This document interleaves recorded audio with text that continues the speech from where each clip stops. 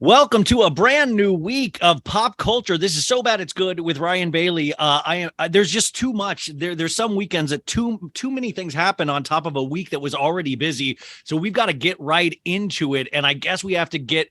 So there's a prognosticator that we have on Mondays, and she has like a special gift for predicting things. It's a sixth sense, if you will. And I've always known her to be like a writer and a fellow podcaster, but it turns out she has a unique gift to predict things because on Friday around 4 p.m. Pacific Standard Time, we got the news that Camelot has fallen, love is no longer real. Kim Kardashian and Pete Davidson have broken up, but our Monday co-host already predicted this months ago. Sophie Ross, welcome to the show. How does it feel? Oh my God. Wait, also, I'm just now noticing your stash and I love it. Oh, do you like I'm trying to get so I can't be around schools within 50 feet. Oh my God, I love it. I love the porn stash. Well, no, I was like, no, what it was? It was like I said it was like girls trying to like cut their own bangs or like do bangs all of a sudden. Like I started shaving and then I was like, what if you just nicked a little bit more? And then it turned into a mustache. And oh my God, I love it. I'm obsessed. It looks great. You guys, if you're not watching the YouTube video, you can see Ryan's stash. But yeah, okay, so I think I tweeted because they announced on Friday. I tweeted Thursday night. I just had this gut feeling. And I gave my reasoning. I was like, someone was like, why do you think this? I was like, a key breakup announcement is coming soon. Like, I can feel it in my bones. That's like literally what I tweeted. And people were like, whoa, did you have insider info? And I was like, no. It was literally just a gut feeling. You know, I almost thought for a second, I was like, maybe she does have insider info. Maybe they reached out to you. So many people were like, what did you know? And I was like, literally nothing. It was just this like weird gut feeling. Honestly, like, you know what they say? Always listen to your gut. Like, I just listened to my gut. And I like that you're like my knee when rain starts coming in. My knee aches. Now when your gut aches, you know something potentially big's happening in the Kardashian universe. But you just didn't say it this week, Sophie. You've been saying this for a long time. You've been saying, I thought I had watched like a TikTok video, which by the way, Sophie's on TikTok now. I don't know if I'm allowed to say that. Oh my God. I noticed you were. And then I was like, I don't know. Figuring out TikTok, but I am too. I'll post once every 2 weeks now, but by the way, it's my Twitter handle. So for us with 4 S's. Yeah. I'll put that in the show notes, you guys. I'm figuring it out. I'm an elder millennial just trying to figure out TikTok. Well, yeah, I don't want to give up on it, but it's like, it's kind of time consuming when you have like all this other crap. You're like, because then I even scrolling through TikTok is such a time suck. Anyways, I watched a TikTok video last week saying that somebody was like prognosticating that the breakup was going to happen in September. And so and then I had read this article that Machine Gun Kelly and Megan Fox had gotten into a huge fight and they potentially broke up this week. So I thought we were going to get a Friday news dump of a Machine Gun Kelly, Megan Fox breakup, and we wouldn't get the Kardashian breakup until September. And we got that instead. And it really is funny how they always put this thing at like 4 p.m. Pacific Standard Time, the Friday night news dump. Yeah. So I do think that Megan Fox and Machine Gun Kelly, it's going to be over soon also. But with Kim and Pete, the reason that I felt that way, I was like, we haven't had like a public appearance in a while. Yeah, in like 2 weeks. We saw her deboard the private jet in Australia 2 weeks ago on the 17th. And I just feel like in general, the sheen has worn off. And I said this in response. People were like, why do you think this? This was Thursday. People were like, no way. Like, why do you think this? And I was like, the sheen has worn off. It's just like not exciting. And it really, you could argue it was maybe exciting for like a couple minutes. And then since then, people are like not really feeling it. Like, it's not like some mega like exciting power. A couple people are like, okay, this is boring. It's for PR. So you're saying it's like the emperor has no clothes kind of like thing where it was exciting, you know, like there were moments like, oh shit, Pete Davidson. And then we saw the ridiculousness of the Marilyn Monroe dress and Pete there with the big spray tan. Yeah. And so people started waking up to the fact, but there was so much noise surrounding it because of the Kanye aspect of it all and all of that stuff, that when the dust settles, you're still with Pete Davidson, even though I like Pete Davidson. In fact, I think Pete Davidson is going to be, I mean, this guy is the king of the fuck fest from here on out. Girls are just going to be lining up. Even they were already lining up, but isn't he a legend even more so now? I guess. No? Like, probably, I guess you could say that. I don't know. He's the Austin Kroll of celebrity. Pete Davidson pisses me off. He is the Austin Kroll of like real celebrities, but like I feel like if he were a woman, people would be like, she's just sleeping her way to the top. Like how many celebrity relationships can you have? It was I know. Kaya Gerber, who, by the way, they started dating like 5 minutes after she turned 18, which is like very Dane Cook. We'll get to Dane Cook in a second. Yeah. Obviously Kim, Ariana Grande, Phoebe Bridgerton girl, Kate Beckinsale. It's like, oh, Margaret Qualley. Yes. Like, how many can you have before it's just like, I actually heard that he's now Olivia O'Brien too. Olivia O'Brien is like his new girlfriend. Oh, that's new? I thought that was an old I don't know. It could be wrong. That's just like what I was reading. And I was reading that. I read this prior to Thursday. So like that kind of informed, me kind of predicting that I was like, oh, so apparently he may or may not have a new girlfriend, which obviously makes sense. We haven't seen him with Kim in a while. And I feel like it's just like, it's not really like the PR extravaganza that like they might have thought it would be, like just Keat in general. It's just like, I mean, in CO2 emissions, I mean, you're flying your private jet to Australia. I mean, and by the way, we just talked about last week how celebrities are getting, flayed for using their private jets, and Kim can't keep doing that without getting in trouble because he's filming the movie Wizards over in Australia, you guys, and that's why she had to fly there. But I think, okay, so let's get into the QAnon aspect of this. The conspiracy theory aspect of this was this a completely staged relationship that Pete got an exit package for? Was he paid for this? We do know he booked his Peacock series, got picked up to series. So he's got and plus he got a 3-movie deal, plus commercials. He's like the spokesman for, he was already the spokesman for water and Calvin some other thing. He's doing amazingly well. And you could argue that's like, on his own talents. Some like grooming, like, what is it? The manscaper. Yeah. Manscaping. Yeah. No, he got a lot out of it. He got a lot of attention, some endorsements, also like the Peacock, NBC, SNL, Hulu, like that's a big part of the conspiracy. I feel like is that like they both are employees of like the Hulu, Peacock, NBC, Disney like conglomerate. So it makes sense to like pair these two buzzy celebrities together.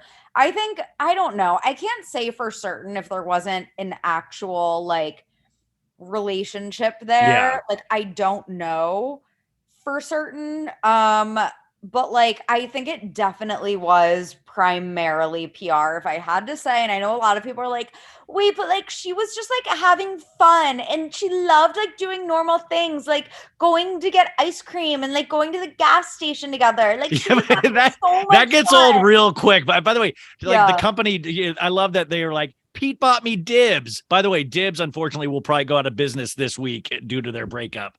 But like going to Rite Aid for ice cream is fun for a second. Like I bet it gets old real quick for Kim Kardashian after like, I don't want to keep going to Rite Aid, Pete. Like I don't even think that was super real. But the fact is like boring shit that we all do is kind of fun for a second when you're cosplaying as an average person like that is middle class. But I don't think Kim wants to continually be shopping at like Target and Walmart, Yeah. And not that they were actually doing that. I think that they probably did have a couple like, oh my God, look at us getting gas station ice cream.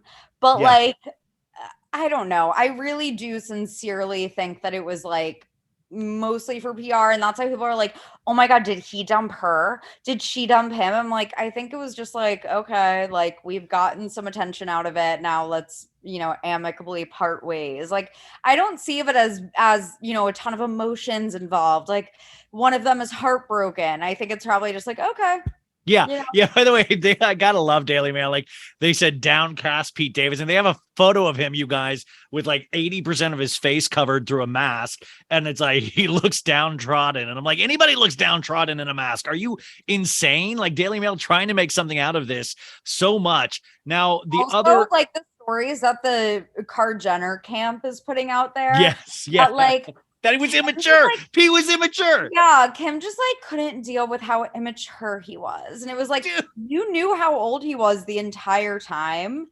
And also, like, shut up. Like, it's so obvious that they're trying to put the spin out there that she dumped him because Kim is so desirable. She would never get dumped. And not saying that I think that he dumped her, because I don't really fully believe that either. I think it, again, was kind of just like, okay, contract is up. Like, let's move on. Well, I mean, but also, how are you going to call anybody immature when she's dealt with Kanye for the last I mean, like, Kanye's literally the most immature 40-plus-year-old that I know. I mean, honestly, like, how would you ever, like, Pete, obviously a 28-year-old kid, we've seen him like do weird things before, but nothing on the scale and level of a Kanye West. And I'm not even saying like boo Kanye, but I'm saying, how are you going to use immature as an excuse when you have like, I don't know, that was wild to me. And also the way they painted it on the first season of the Kardashians was that Kim was doing her thing of like, this is real love. This is forever. This is my next wedding. My grandma said, when you get 40 plus, the sex is so much better. Do we think that they had sex? 100%. I think so. Yes. Made love. I don't know. Maybe at one point. I went a long time being like, there's no way they've had sex. They have zero chemistry. And I still believe that they have had zero chemistry this entire time. So maybe I think it's probably like a 50-50 toss-up if they've ever had sex, honestly. Genuinely. That's how like insincere I feel like this relationship has been from the get-go. Just saying. Well, I also think a lot of with celebrity relationships, you always get that like, oh, they'll get back together. And I've really not heard anybody even suggest it, because I don't think any of us take it like okay, if you're going to keep doing that, fine. But once you announce a breakup, I think that's over and done. There's going to be no back and forth there. They don't run in the same crowd, nothing, No, it just like it was just, I feel like, very stale and boring, honestly, which is the opposite of I think what they wanted. They wanted it to be like exciting and like this PR blitz, which for a little bit it was, but like overall, I'm like, I feel like people were just like, ew. And but are we getting that way with the entire family? Because if you then pull back of what else happened in the Kardashian conglomerate this last week is insane. I mean, first you of had all, Chloe and Tristan surrogate baby was born.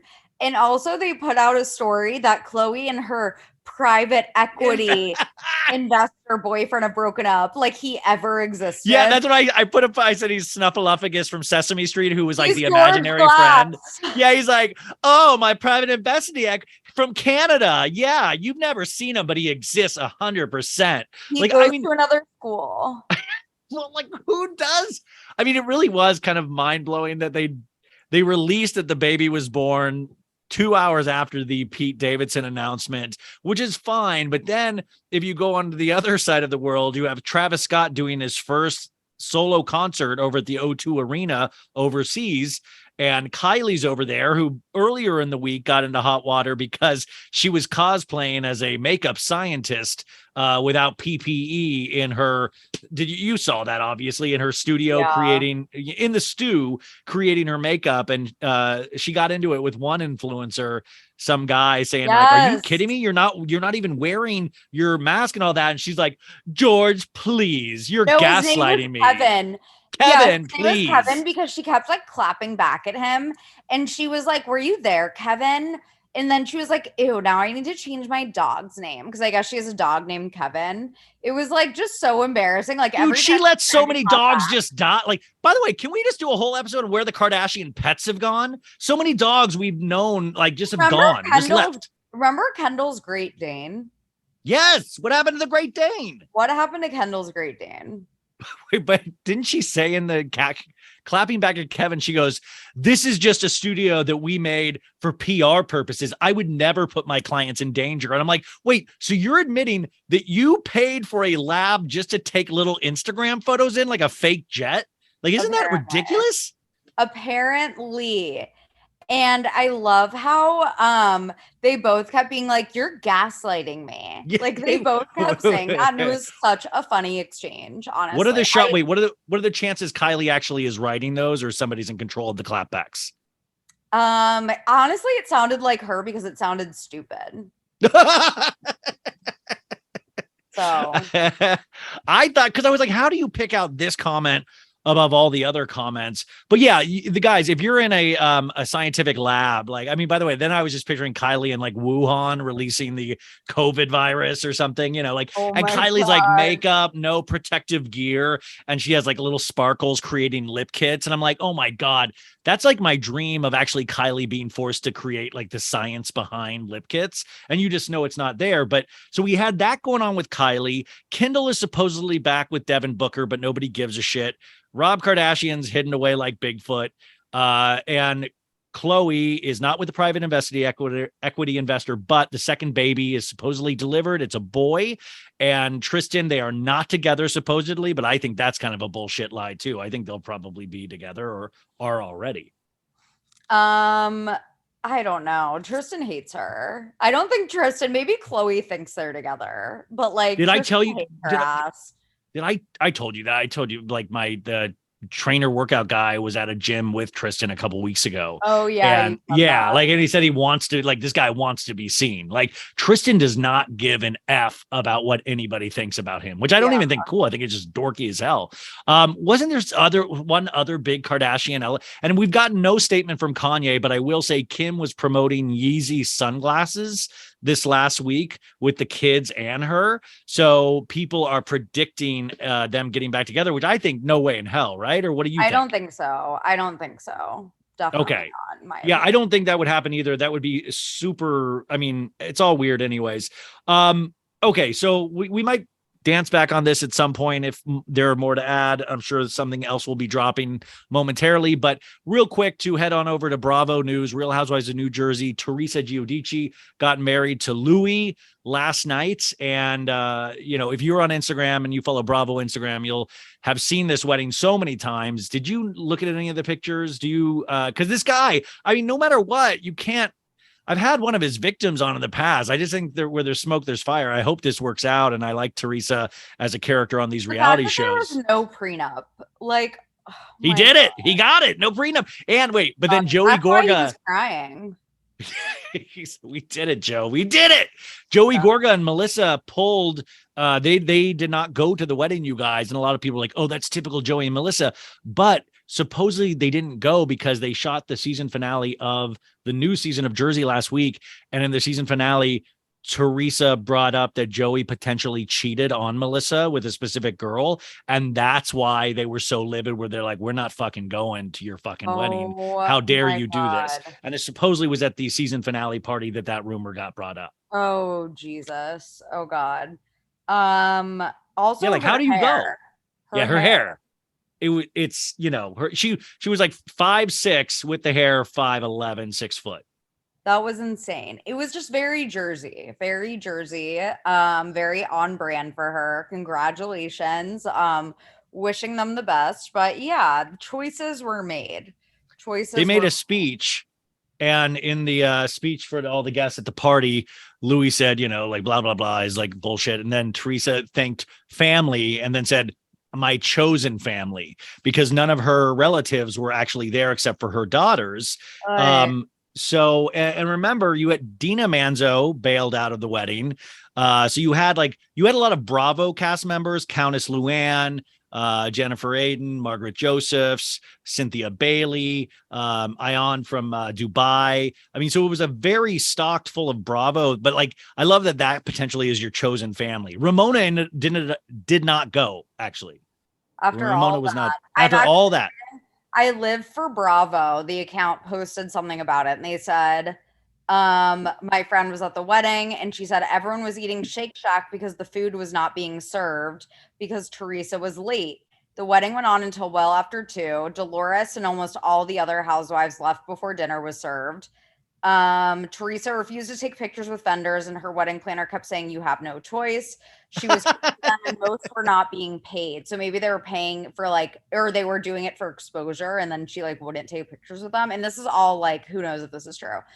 The local county carnival was going on directly across the street, so that is probably why she got a good deal. Her hair looked worse in person than in pics because extensions in the back were awful. The crown went all the way around. Jackie ran out and was ripping off her microphone. Everyone said the cameras were so annoying. Apparently, it's going to be a 4-part series. Yeah, 4-part series on Bravo, their wedding, yeah. Gia was fighting with her drunk boyfriend. They had sparklers at the end as a grand finale, and only about 75 people were left. So sounds like a chaotic, interesting night. If that's true, who knows? I mean, I'll be just interested to see the 4-part series because we'll actually get to see the drama behind it and how many. I mean, obviously there were real big naysayers for this wedding, so I'll be interested to see the scoop behind it. I mean, I want good things for Teresa. I don't know, it just all seems super weird, but obviously it's going to play out on Bravo. Andy Cohen was not there. I think there was a rumor that he was going to walk her down the aisle, and by the way, that count you just read from was that's at I Live for Bravo. I Live for Bravo, yeah. Okay, cool. At I Live for Bravo. So yeah, I mean, there's going to be more and more information coming out there, but as a woman, how do you decide to make your hair that big? What's the thought process on that? Do you go, I want it as big, I want it so big? Don't ask me, because that is not what I would choose. I think what would you choose for what would like a simple tendril? I don't know, probably something simple that makes me feel like me, but prettier. No, I think it was literally just very, very, very Jersey. I think that's really the only, I mean, people were comparing it to My Big Fat Gypsy Wedding.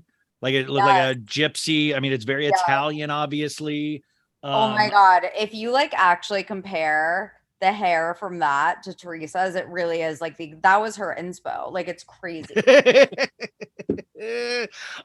Okay. So that had happened, which is, I'm sure, I mean, we'll be talking about that forever because wedding of the century. But other big news that we're going to kind of pop in and out. This is a real quick one. Maddie Pruitt got engaged from The Bachelor. Do you remember Maddie Pruitt? Oh yeah. She was from Pilot Pete season and has the spider lashes. And she's very big. Very super Christian. But I suggest you guys look at this. There's an Instagram video that they did, or they did a YouTube or an Instagram live answering questions because they're going to, it was only 8 months that they knew each other until engagement. He comes from a billionaire family. He comes from a super rich family, and they also call each other shouty. Yes. That was the other. She was like, I prayed for the Lord to bring me a G, and here he is. And she's like, yeah, he wants. So I found this video on the Bachelorette account.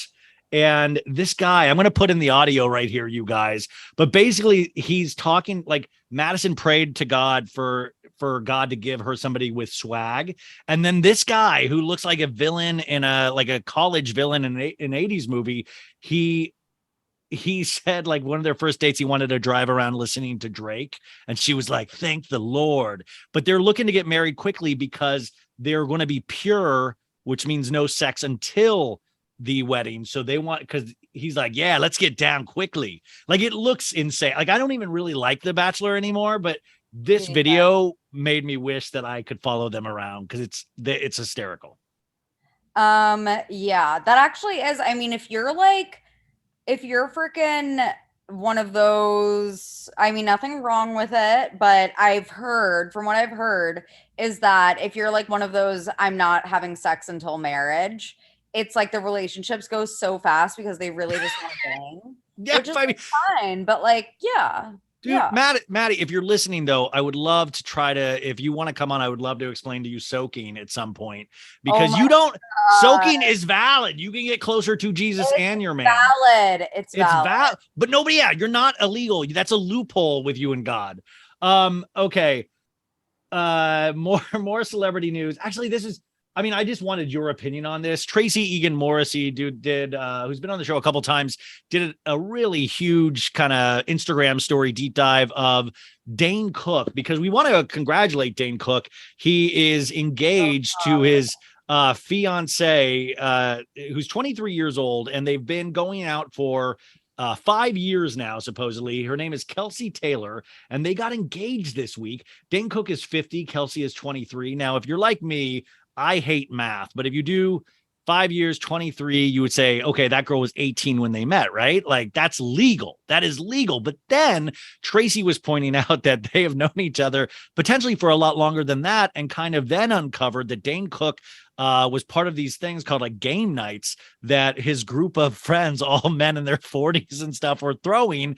And she found out, like, Tracy Morrissey, yeah, she did a whole Yes. story on it. It's crazy. He was having 15, 16-year-old girls over for these game nights. Like, what kind of like 40-something man? And what she also pointed out that I thought was interesting is that like a lot of these like these girls were like literally 15, 16 years old when they were like hanging out with Dane Cook back in like 2016 or whatever it was. And he had tagged them, and then she saw that like none of them are still following him. Yes, that was. If everything was like, kosher and above board, like they would probably still be following him. But like it's so creepy and it's so weird, and like he's so gross, and his face is so sandblasted too. Oh my God, it's so scary. His face is so scary, and like he very clearly was grooming her and loved hanging out with teenagers, always has. Because she even said, like, this other girl, she pointed, I forgot which girl's name it was that's not following him anymore, but obviously they were close. And I think she was kind of hinting that this is potentially one of his ex-girlfriends who was like the same damn age, very young in these photos that he used to post. And I don't know, like, it seems like this group of guys, and I'm not like, I don't think we're like uncovering anything huge that older guys like to hang out with younger girls, but it seems like it was a definite pattern with these game nights. But Dane was all proud of it, and he'd be like tagging the girls and like, you're amazing because of this, and you're amazing because of that. And then what was great, I was DMing with Tracy, and because she had put up the first photo of them with like Seth Green and this guy Jason Cappy. And if you're a Vanderpump Rules head, you know Jason Cappy because he was in Tom Sandoval's second band, Charles McMansion, and they had the hit song Let's Touch in Public.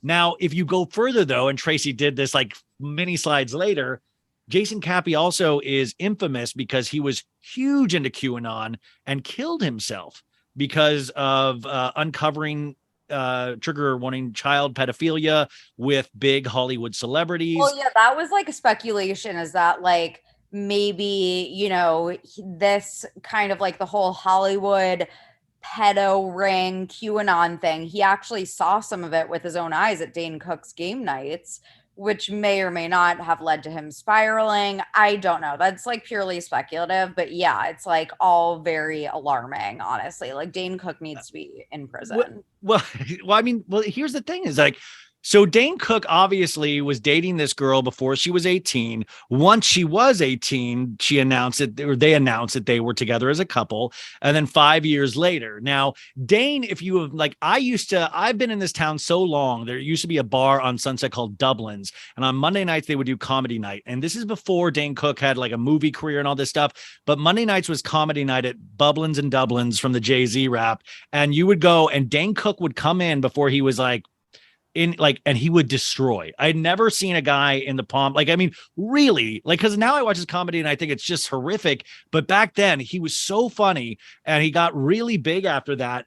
But I think it is interesting if you look at it, I've been going through all of his social media and he's all positive and all that, like haters are going to hate. Like, so he's taking all of this as just haters going to hate instead of actually going, yo, man, this is actually kind of creepy. This is not even kind of creepy. This is actual creepy. You're like, and there was booze at these parties. This is an issue, right? It's literally just who he is. I don't think he like thinks it's weird or creepy because it's who he is. It's the type of, I can't remember the name for it. Like there's a type of pedophilia where you're like attracted to adolescent girls. And I mean, if I had to guess, that sounds like, how Dane Cook is. I'm sorry. Allegedly. But allegedly. It's not alleged that he got his face sandblasted. That thing looks so like, by the way, just like let your face naturally age. It just looks so weird to me. But Dane Cook has not responded to any of this.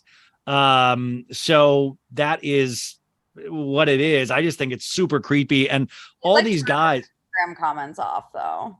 Did he turn his Instagram comments off? That's smart. I checked, yeah. If you're this girl, are you just like so like mind fucked by him already that you do not realize this is creepy at all? Like, she's been with him 5 years. What is your state of mind could you project as a woman being with this man? He's got to have like had her trained. She's been groomed.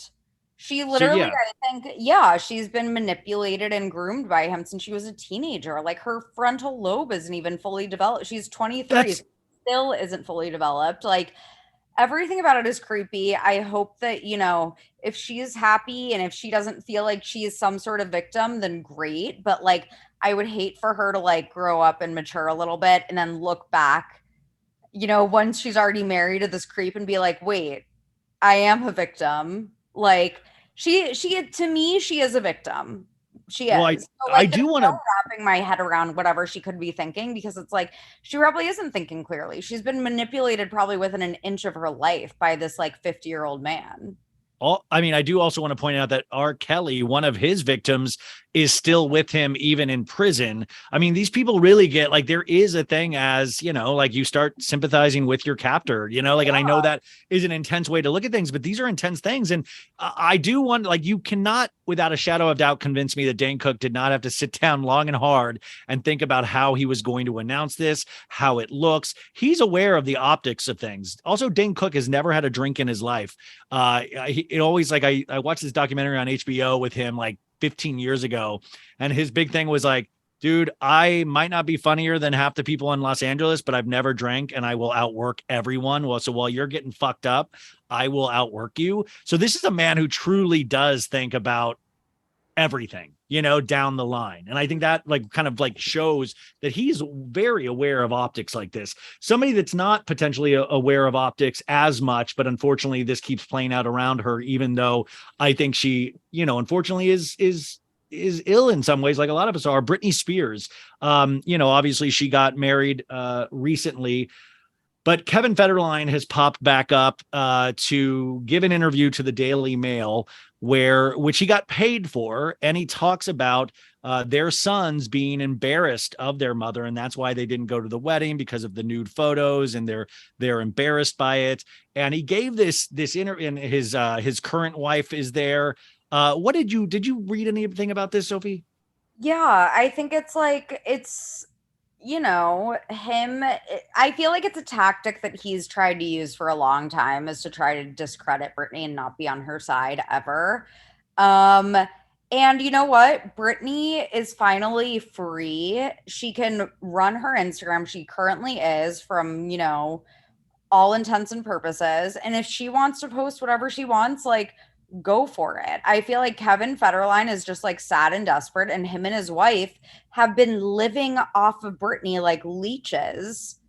They get at least $60,000 a month from the conservatorship, which then ends now. So Kevin has 6 kids, only 2 are by Britney, you guys. I do want to point that out as well. Job now. He's jobless. So this is the thing. I'm all for him taking good, great. Thank you so much for taking care of your 2 sons, and you're providing for 4 other mouths plus your wife. Of course, you're going to start by the way, I feel like this is the first of many interviews, but to side with like a horrible man like Britney's father. And I'm not arguing that Britney does not have mental issues. She obviously does, but also, you can post anything I see. What I post on Instagram is embarrassing. What I see a lot of you guys post on Instagram is embarrassing. Yeah, that's part of freedom, is doing dumb shit. And hopefully she supposedly, with her lawyer, Matthew Rosengart, has a system in place to help her and to help her mentally and things like that. I just don't think Kevin Federline almost hurts those 2 boys even more by then making them a talking point in this. Right. Like, shield them. You're not shielding them either. Right. Exactly. And yeah, I think a lot of it does have to do with money. Like, it really does. Like, I don't think it's coming from like a sincere place exactly help. Like, he's trying to weaponize her sons against her. And I think that's sick. And yeah, fuck Kevin Federline. He needs to get a job finally. He's the same person he was when we made fun of him in 2005, you guys. He didn't change into an angel just because he took care of 2 kids. He has 4 more on top of it. He's probably panicking. My thing is, this just doesn't help Britney at all, but it does help his bottom line because he got paid for that interview and he's gotten paid for that conservatorship. Imagine having to pay $60,000 to your ex for the rest of your life. That is just a wild, it behooves him for her to be in a conservatorship. And I'm not saying that there are not problems with Britney. I just think that's really a frustrating one for me. I really, truly got pissed off when I saw that. Oh, hey, yeah, Sophie, can you take a 5? My dog is here with my ex. Can you wait 5 minutes? She got here earlier. Yeah. I just need to get my dog real quick. Yeah. Is that okay? Okay. Yeah, of course. Sorry. She just texted that she was here. No, I'll show you my dog in a second. I just got to get her because she's leaving town. So it'll be 5 minutes. I didn't know you had a dog. I'll show you. Yeah. Well, she has it. Talk about your dog. Well, because it's with my ex and I didn't, you'll see her in a sec. She's awesome. Okay. 1 sec. Oh, this is Brooklyn. Oh, Brooklyn. Brooklyn. Hi, Brooklyn. The bad eye. Yeah. Pretty girl. Yeah. Good. Look at this. Oh, look at the sweet girl. Oh, look at the sweet girl. Yeah, no, sorry. My ex is going away, I guess. So I get her for the week. Good times. What a sweetie. Huge Pete Davidson fan, my dog, actually. So she's very psyched about. She is next. Yeah. My ex warned me that a stranger from Australia has been calling nonstop. So thank you for letting me. She was like, I'm here. And I'm like, oh shit. I wish I could get my ex on the show. That would actually be amazing. That would be epic. Oh, and I know we were just talking about Britney, but real quick, they're selling the house I'm living in right now. And I didn't even piece it together that the agency is the one selling it, which is Mauricio's company, obviously. And if I could, you guys that watch this on YouTube, or if you guys could see, so I had to leave today because they were doing an open house all day. So I've been gone all day. I come in and I realize my room has a fucking oil painting of Tom Girardi and his brothers. I have Lisa Rinna up here. I have it looks like I have a framed photo of Tom Girardi. These agency people must be thinking I'm trolling them like I should put up Kyle photos next and just see, because they had to come into my room and I noticed that like some things are moved around, but they didn't take down the oil painting, which is hysterical. And then I was seeing when I was like waiting in my car when I had texted you to say, hey, can you hold on like 5 minutes? I was watching tons of people come in and out for the open house and like young people. So I just wonder what the fuck they thought when they got to my room.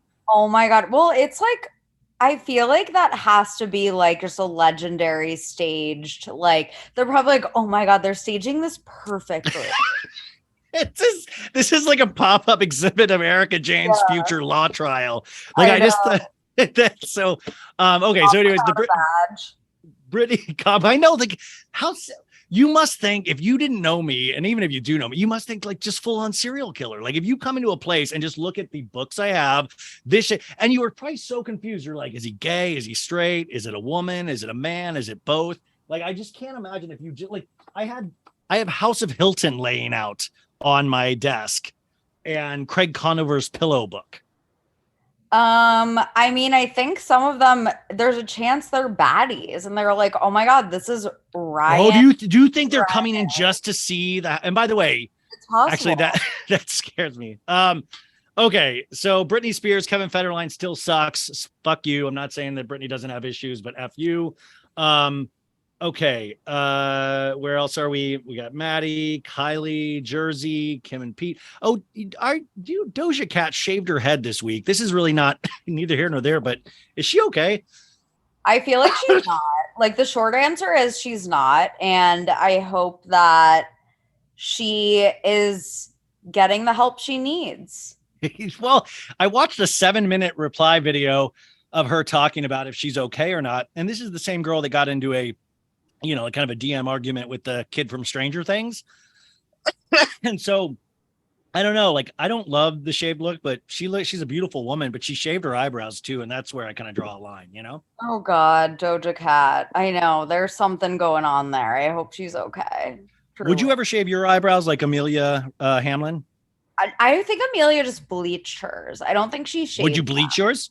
No. Okay, no, good. It always looks scary. It never looks good. I'm sorry. I know that they don't do exactly. it to look good. I think they're doing it to be like avant-garde and edgy, but like it's scary. It's really scary. Well, speaking of scary, Lisa Rinna from Real Housewives of Beverly Hills, somebody sent me this because I am blocked. It was like text message thread with Delilah and Amelia about starting a family OnlyFans. She posted on Instagram? In her stories, yeah. Yeah, that stories. Woman will do anything for attention. Oh, she'll definitely do it. So I mean, sickening. But can't you see it 1,000% happening? I can see it. Remember when like she tried to make it seem like Delilah and Amelia were the next Gigi and Bella? That's why I got blocked, because I said they were the back of a Christmas tree compared to Yolanda Hadid and the Hadids. But that was when they were really popular a couple years ago, which I can understand. Yeah, it's like I'm sure they're thinking of ways to make some cash these days. Doesn't surprise me. I think Lisa Rinna also, she's an attractive woman, but I think her personality makes her so not attractive that I would never be able. I can't. And no offense, we shouldn't be sexualizing people anyways, but I can't sexualize her in my head anymore. Like I can't even do it. She's wretched. And I love how as you have that photo of her behind you, we're like having this. Well, I did this because we had the recap on Friday and I was trying to put a picture of, because she had a lot of scenes because she was just overacting to such a degree. I don't know if you saw it, but it was so. Yeah, she was trying to have a moment. Trying so hard. She was like, I'm back. Please don't forget about me. And just screaming. And I will hunt you down. And with her little like reverse jazz hands. Like crusty furniture. And we have to, wait, I don't know. And I know we're both Puritans, but do you know who's getting a lot of sex? Probably the most sex in Los Angeles. They just did an article, investigative journal about this. Erica Jayne. She's getting the most sex. It is proven she gets so much sex, you guys, because she tells us she gets so much. She is having so much sex. So much dick. So much dick. Wait, did you see the Army Hammer thing? That she was saying that she should be a professional dominatrix. Yeah, professional dominatrix. And then somebody, I think it was Dumois or another Bravo account, I'm sorry if I'm forgetting your name, Faces of Reality 16, reminded us that there was that Dumois blind that Army Hammer was her next door neighbor at that place for a while when he was going through this. Yeah, and but the only reason I can't get behind that is that from everything, and I just listened to a podcast about Army. What podcast? I posted on my Instagram story, and it's in my podcast rec highlight. It sounds like he is the dominatrix of his relationships. Like he is like dominant. Oh, okay. So it's like, why would she? Well, I don't know. I don't see it, but like maybe I don't know. It's possible, but I don't know. Could Erica keep that a secret? Because I feel like she would really want to tell people if she actually slept with Army Hammer. Well, I mean, that was the theory. Is like, is she trying to hint at that? So we put that together. Also, supposedly Army, or that's not supposedly, he did have the Finsta account El Destructo and did post a photo of Erica Jayne in kind of a mini, like kind of a revealing pose that she had posed for a while back and said, this is my next door neighbor. So who knows? But in regards to Army Hammer, he's back in Los Angeles. And I do have to say something kind of, oh, and by the way, if you're a part of the Facebook group, somebody posted a link to your BBC documentary, and I'm going to be watching it tonight, actually. So if you're looking for that, I know it's in the Facebook group, and very excited about that. So go check that out. But I'm in something well, I don't know if it's embarrassing or not, but the House of Hammer, I think it's this, I'm a talking head in it. It's going to be on Discovery Channel this week. Oh my God, I'm so excited. Well, it's August 9th, but it's a series about his entire family. I'll be a talking head about some Army stuff. And Sophie, I believe they're using one of our conversations, I think, maybe, potentially. So we'll see. I know that I'm excited. Like you do these things for free and stuff, but I got to say, I did this in November of last year. And I got to tell you guys, be honest, I'm kind of scared about this because I don't know like what they're going to use, or obviously this isn't good and Army's back in Los Angeles. Not that, I don't know, like there's part of me that's kind of like, I was like, should I make my Instagram accounts private so I don't get like Johnny Depp like fans in my DMs threatening me and stuff because I spoke out against Army Hammer? Like, do you ever get scared about shit like that?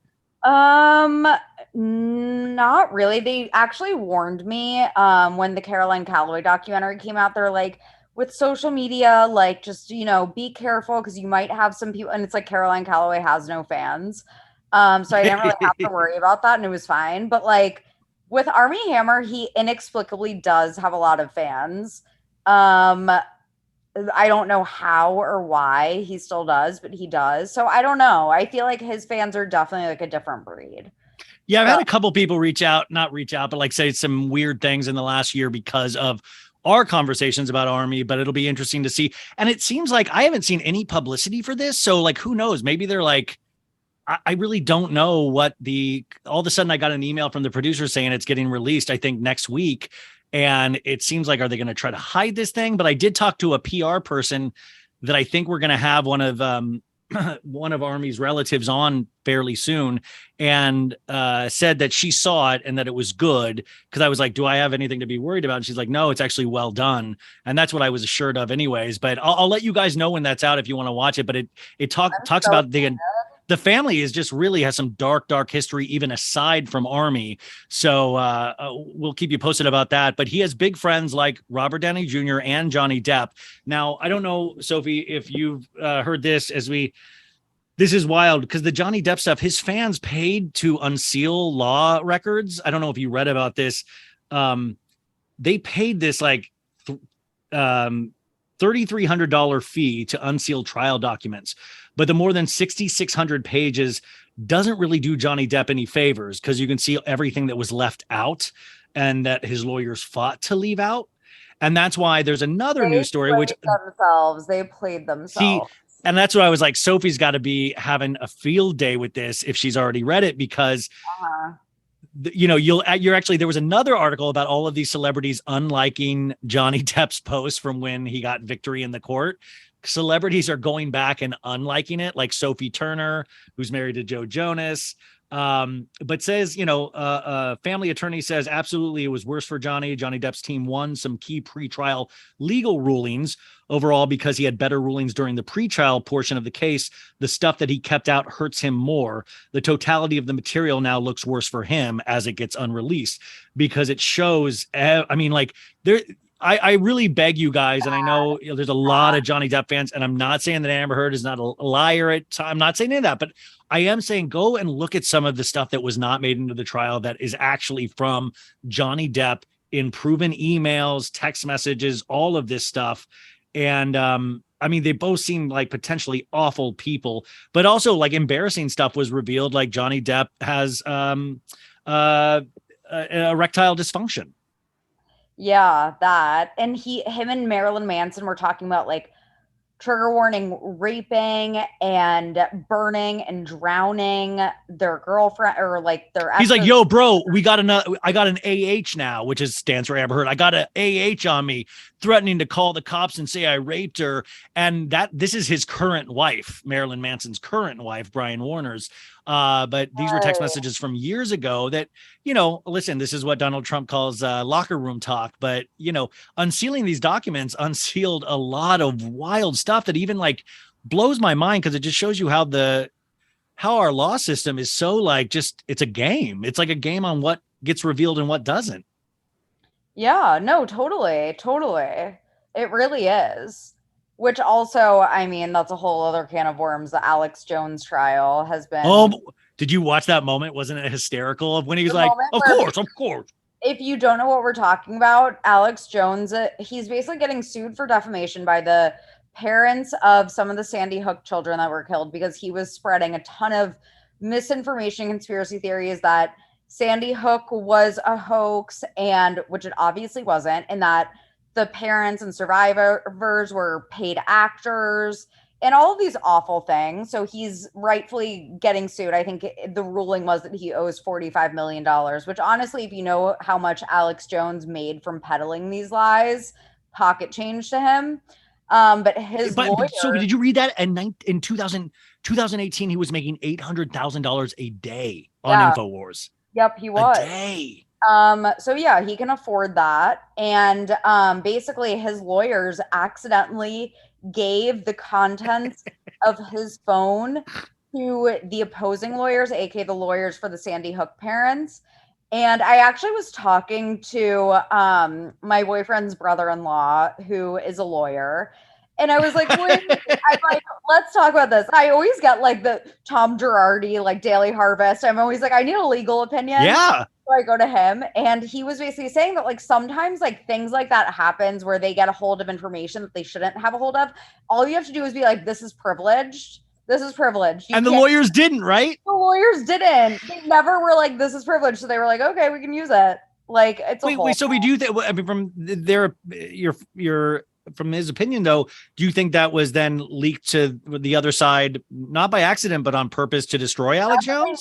Like it's suspicious. Either like it's weird. It's either like massive negligence on their part, or it was like they actually were trying to sabotage him. I don't know. And if Alex Jones wasn't such a creepy bastard, I will say, and this is what I hate, and this is why I think he's entertaining to watch. It's just like, it's his whole shtick is like, it's like sketch comedy almost. And then, but unfortunately you realize that like the lies that he admits to are lies, people believe, and then dangerous things happen like this. And I just imagine if you're a poor parent like this, but you see this spilling out where it's like that blend of the blur from pop culture and our political system and all that is just, the line is so fine now that it's like, that trial, those moments I was watching was like, this is like a reality show. Yeah, no, literally it's depressing, but yeah. So Alex Jones, of course, but the Johnny Depp stuff, they are going back to court because they are now, what was it like? They're Amber refiled. So Johnny refiled. It's going to be forever. It's going to keep going. Also, as we start winding down here, happy birthday to the man, Kyle Cook from Summer House celebrated his 40th birthday this weekend. And they are filming. So they had an epic 40th birthday party for Kyle. I'm really nervous about the new cast members for Summer House. Have you looked into any of these people at all? Not really. I know one of them is Gabby Prescott. That's all I really have. I mean, I've definitely heard of other new ones that I'm like Luke and Andrea. I'm just going to miss them so much, even though I know Luke didn't do a lot. I know. Getting rid of Luke was like such a massive mistake on their part. Like, we need Luke. We really do. Yeah, he's just like just like a center. You just need somebody to make fires, and sing little ditties and stuff like that. Yes, exactly. Okay, and then hair slicked back, suit and tie, hair slicked, Brooklyn, suit and tie, hair slicked back. That's Brooklyn singing. Okay, and Anne Heche, who is an actor, was with Ellen DeGeneres for a long time, then her co-star Thomas Jane. She's had many issues in the past, but she you guys can see the video on TMZ on Friday. She crashed into first an apartment building and then into a house that started a huge fire where she was in the car supposedly for 30 minutes. And if you watch some of the video, her car was speeding over 100 miles per hour down a street before it ran in, and it ran into the house and ignited. Firefighters were pulling her out and she was fighting with them. For a second, she was in serious condition and is now in stable condition. But if you look into Anne Heche's past, the day after her and Ellen DeGeneres broke up, she was found wandering the desert high on ecstasy. And she admitted that she is two people, and one is a girl named Celestia, who is from a different planet. She has some real issues, and this was in the year 2000, I think. So this is 22 years later, and it seems like she is not doing well. So I don't know if this might be something to deep dive at a certain point, Sophie, because it is interesting how I was deep diving that. I was just like, this is crazy. I forgot about all this stuff. She was like found wandering in the desert, and now she was like just obviously drunk or high or both, and just during the daylight driving her car around Mar Vista, California, just speeding drunk. It's not good. I am praying for her to overcome her demons, because it sounds like there's some issues going on there, and I hope she heals. I can't imagine anything worse than being in a burning car. Like, oh my God. I mean, can you imagine fighting the firefighters trying to save? I mean, like just the amount of adrenaline or whatever you're on that you don't realize your body is burning. Like that's wild to me and like really, really sad. So hopefully she will be okay. And I'm just curious more information about this. Also, I did want to point out, and this is something that I hope Sophie will I would love to pitch this for Sophie's Substack, is that Jeanette McCurdy, her book, she was a Nickelodeon star. Yeah. Her new book is like, I'm glad my mom died. Yeah, Jeanette McCurdy. Yeah, her book, I'm Glad My Mom Died, comes out this week, or has it come out? And she used to be on iCarly. But the big thing that came out on Friday was that she was offered $300,000 by Nickelodeon to not mention her experience working on the Nickelodeon show iCarly, and it's specifically the creator of the show, who she calls in the book the creator, never goes by his name. But if you obviously do any kind of digging, and I think a lot of you pop culture fans will know this already, the creator is a man named Dan Schneider, who has created a lot of children's shows, has worked for Nickelodeon up until 2018. And I mean, so you've obviously heard of Dan Schneider many times. He's a creep. And Nickelodeon, they know so much more than they've about being a creep. I mean, truly, I mean, you know, worked on Drake and Josh, Zoe 101. I mean, there was that rumor, and my friends, I think our friends over at Beyond the Blinds have covered this before, was, you know, I know there was a rumor that Jamie Lynn Spears' child was Dan Schneider's at one point. I mean, there's a lot of really crazy rumors and alleged rumors, but this guy, like, there's just, where there's smoke, there's fire. And if you read NT, Crazy Days and Nights, there was always blinds that were supposedly Dan Schneider. I'm so curious. I mean, I would love to, I know that's really usually not even our speed, but I would love to do it. I mean, I just don't know how this guy gets off without not anything happening to him. But like even Dane Cook gets heat. Why is Dan Schneider not? I mean, is it just because it's kids? I don't know. But I think once her book comes out, I think hopefully it starts more of a shitstorm. People have been kind of blowing the whistle on him for the past few years, and him and Nickelodeon like parted ways, quote unquote. But like, yeah, there's definitely some very nefarious secrets that Nickelodeon has probably been covering up for him. It's very disturbing. And yeah, I would love to read her book.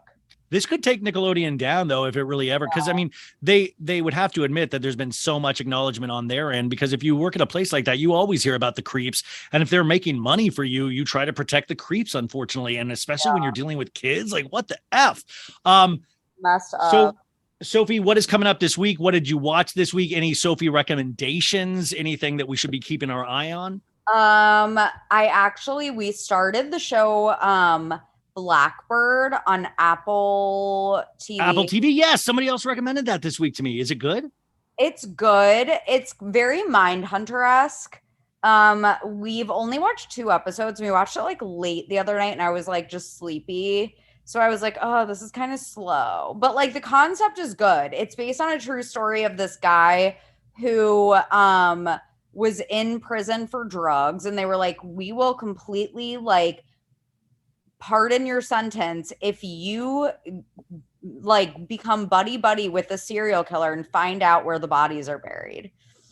And they were like, we need to find these bodies. Like, we will completely like expunge your sentence, whatever the word is. So yeah, I think it's pretty interesting so far. Again, I'm only 2 episodes in, but it is very Mindhunter-esque, where you're like getting inside the mind of a serial killer. I read an article on Yellow Jackets this week in the Hollywood Reporter, and I'm just so like, they haven't even started fucking filming it, man. And I'm just like, so like, they've already started writing it, but like, I'm like, it was like, I saw on the a tweet the other day, like one of the writing staff of Stranger Things, and it was like day 1 on the new season of writing, and I'm like, you haven't even fucking written this thing yet? I know. I was like, what have you been doing? Yeah, lock yourselves in a. Been airing. Like, that's like, wouldn't you want to kidnap them and make them write until like, don't give them breaks, like stay in the room. I'm gonna turn into Kathy Bates in Misery with the Yellow Jackets producers, Yellow Jackets writers. I'm gonna kidnap them. You shouldn't be able to take vacations, and you shouldn't tell us when that you like. Don't post anything then. Just let us just go about our silly little lives. You haven't started the assignment yet. Like, don't tell us that. It makes me livid to think that I have to wait. that I know they're in the room. They don't even know it themselves. Like we know more than they do potentially right now. Seriously. I want to recommend, I'm just obsessed with like, when I grew up in the 90s, but Woodstock 99 has another documentary, not only the HBO Max one from a year and a half ago, but now Netflix has released a 3-part one called Trainwreck, which is the story of Woodstock 99. And I like the HBO Max one, I think a little better, but there's so much good footage of these kids just being like assholes, Limp Bizkit, Korn, but also just how bad the structure was in place for this concert, that by the end, they had burned everything down. They had toppled towers. People died. People, trigger warning, were raped. Like, I mean, really horrific things.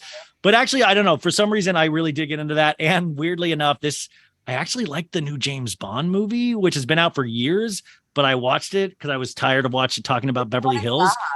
It's called No Time to Die. Wow. And turns out it wasn't a time to die. This James Bond, you guys, it's on Epix, but it's been in the theaters and a lot, but I loved it. And I'm usually not like into guy stuff. So I found myself really impressed with myself for liking it.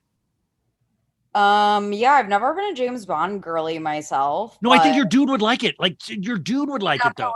He definitely would. He'd be like, yeah, new James Bond movie, sick. Like, exactly. Go see Thor. And I was like, after you took me to see Doctor Strange Multiverse of Madness, I'm never subjecting myself to that again. I said, absolutely not. That's your safe word, is Multiverse of Madness. Multiverse of Madness. We actually watched Uncharted. It's out on Netflix. It's like that's the Mark Wahlberg, yeah. Tom Holland movie. It was like cute and fun silly action movie. Like, it was fine. Tom Holland's just so tiny. Like, he's just so tiny though, he's so cute. He's so cute. I want to squeeze his cheeks. But like, I can't picture, like, and not that I should, but like him and Zendaya, like, I mean, they're both just so cutesy. And like, even though she plays a crackhead on Euphoria, like, I don't know, they're just such a cutie little couple. I just don't want them to ever do anything bad. And Beyonce's number one at the 327,000 units sold, which unfortunately is nowhere near Harry Styles, but at least it came out. And also, I'll talk to you about it next time, but I'm just shocked that she keeps changing lyrics because people complain. She took Khalees off because Khalees was complaining about the milkshake sample. And then she took the word spaz off because people were complaining about that. And Lizzo had done the same thing. Yeah. And then Monica Lewinsky came out and was like, well, how about you take out the Monica Lewinsky from Partition? Yeah. And she got like eaten alive by the Bayhive, but she's not wrong. Like, it's but what do you think though? But like, where do we, is there ever a line drawn as an art? Like, where do we, because we can go back into history and like, dude, there's like, I mean, remember the Black Eyed Peas did a song called, it's now called Let's Get It Started, but it was originally called Let's Get RETARDED. Yeah, that was bad. But I think that how society, I think just in Monica Lewinsky's example, we have treated women like absolute shit as a society, and Monica Lewinsky did not deserve the fate that she got. Her name is forever a punchline because of being preyed on by the president of the United States, while he gets to walk around and still be this respected guy. Yeah, it should be called Clinton, not you got Clinton, not Lewinsky. You know? So like with the Monica Lewinskys, I'm like, yeah, I'm team Monica here, just because it's like, I feel terrible for Monica Lewinsky. Like, her entire life now is defined by the fact that she was kind of preyed on by the president of the United States, and like, still to this day. And I saw people on Twitter and Bayhive being like, well, you shouldn't have slept with a married man. And it's like, oh my God, she was, speaking of frontal cortexes not being fully developed, like, she would have been at Dane Cook's party. She would have been too old for Dane Cook's parties at that point. Yeah. So I don't know. I know Monica. So like, I actually know Monica Lewinsky, and like, we used to, like, my ex used to work with her brother, Mike, who's a great guy. And we would do game nights together. And game nights? What is with everyone doing game nights? No, dude, we were all legal. We were all in our 30s at that, 20s at that point. And the first time there, I was really nervous because Monica Lewinsky was there. I was like, oh, and she was so nice, you guys.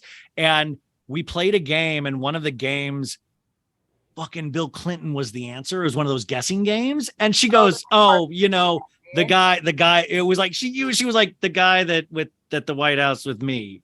And I was like, how fucking, and she was so embarrassed. And I gotta say, Monica Lewinsky has always been like one of the coolest, nicest people. She almost came on this show a year and a half ago. Oh my God. And then, you know, I'm silly, and she's just you got to look at her career, you guys. She's written some amazing things on bullying and for herself. Like she's had an amazing writer career, activist, like awesome.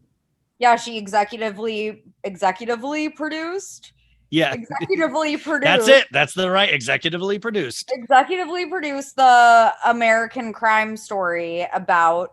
Yeah. About. So she had a great TED Talk. She had, I mean, just really, and she had to move 3 times, you guys, because stalkers would follow her, and like because of like it would be like presidential people and all of this stuff. And I got to tell you, just she's one of the genuinely nicest people. She's a normal girl that kind of got thrust into a lot of this, and it really kind of ruined her life in so many ways. So to see her on the other side, or I mean, still dealing with this on a daily basis, but to make something out of it in a good way and not a thirst for money way is like amazing. Truly a hero. Wishing her the best, honestly. Sophie, what's coming up on the Substack this week? I mean, I'm hoping that it's Pete and Kim, and you're prognosticating. I think I'm gonna write about Keith, so stay tuned for that.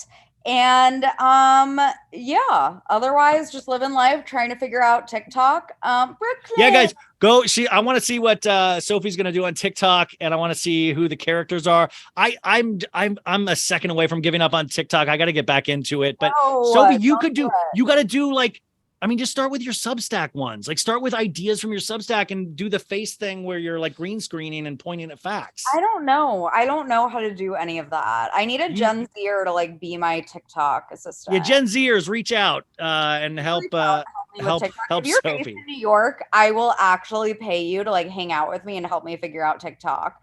And if you are Gen Z, requirements are you have to live in New York and be Gen Z. How can we even prove any of this? I mean, like that's what if they lie to you about being Gen Z? Well, but reach out also, and also if you don't know Sophie's, we'll put go follow her. But if you don't know and don't have that, just email me and I can forward the email to Sophie, and we will talk to you next week. See you guys next week. Love ya.